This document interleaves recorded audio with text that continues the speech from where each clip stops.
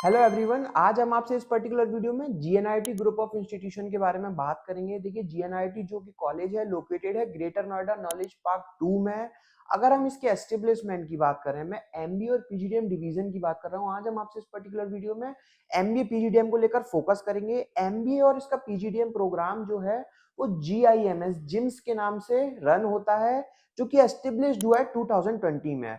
तो हम इसको एक वीकनेस मांग सकते हैं, क्योंकि बहुत पुराना डिवीजन नहीं है एमबीए पीजीडीएम का, तो ज्यादा स्ट्रॉन्ग एलुमनाई नेटवर्क नहीं है। अगर स्ट्रॉन्ग एलुमनाई नेटवर्क नहीं है तो आगे चल के आपको जॉब लेने में, जॉब अपॉर्चुनिटीज ग्रैब करने में काफी इशू आता है। बात करें अगर हम इसके एफिलिएशंस की, तो PGDM programme is approved by AICTE and MBA programme is approved by AKTU यानी कि Abdul Kalam technical university of Lucknow. तो यहाँ से एफिलिएशंस हैं कॉलेज के पास। वहीं अगर हम बात करें स्पेशलाइजेशंस क्या देगा, तो marketing, finance, operations, IT, IB, इस तरीके की स्पेशलाइजेशंस देगा। अब समझना ये होगा, हर कॉलेज स्पेशलाइजेशंस तो देता है, लेकिन उन स्पेशलाइजेशंस में कितनी आपको कोर नॉलेज मिलने वाली है और एंड में आपको कितनी कोर जॉब मिलने वाली है। यानी कि अगर आप लेट सपोज ऑप्ट करते हो एचआर के लिए या फाइनेंस के लिए ऑप्ट करते हो, तो कहीं ऐसा तो नहीं होगा कि फाइनेंस के नाम पे आपको सेल्स दे दी जाए, यानी कि आपसे इंश्योरेंस सेल करवाया जाए, आपसे डीमेट अकाउंट बिकवाए जाए, आपसे कासा के लिए फोर्स किया जाए। तो कहीं ऐसा तो नहीं होने वाला, यानी कि आपको कितनी कोर जॉब मिलने वाली है आपकी पर्टिकुलर स्पेशलाइजेशन को लेकर। वहीं अगर हम इसके एलिजिबिलिटी क्राइटेरिया की बात करें तो सिंपल है, 10 12 प्लस ग्रेजुएशन में आपके 50% और अबव मार्क्स होने चाहिए, देन फॉलोड बाय किसी भी एक एंट्रेंस का आपके पास स्कोर कार्ड होना चाहिए। देन आपको फॉर्म फिल करना होगा। फॉर्म आपको मेरे से फ्री ऑफ कॉस्ट मिल जाएगा। आप मेरे से कूपन कोड मांग सकते हैं कॉल करके, आपको मैं कूपन कोड दे दूंगा, उसकी मदद से आपका अमाउंट वेव ऑफ हो जाएगा फुल्ली।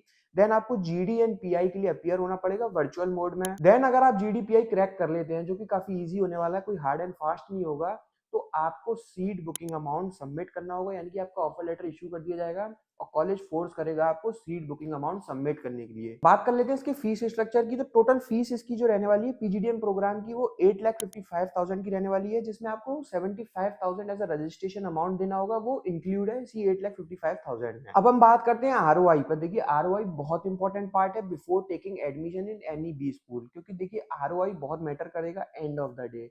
अब आरओआई को कैसे कैलकुलेट किया जाता है, यानी कि आप कितना फीस कॉलेज को दे रहे हो as a part of tuition fees, plus आपके कितने एक्सपेंसेस होने वाले हैं हॉस्टल के, यानी कि रहने खाने का आपका कितना खर्चा होने वाला है। तो मुझे ऐसा लगता है रहने खाने में लगभग 2 साल में आपके 4 लाख रुपए खर्च होने वाले हैं। और कॉलेज की फीस है ऑलमोस्ट 8,50,000 की, यानी कि 8.5 लाख फीस और 4 लाख कॉलेज का रहना खाना।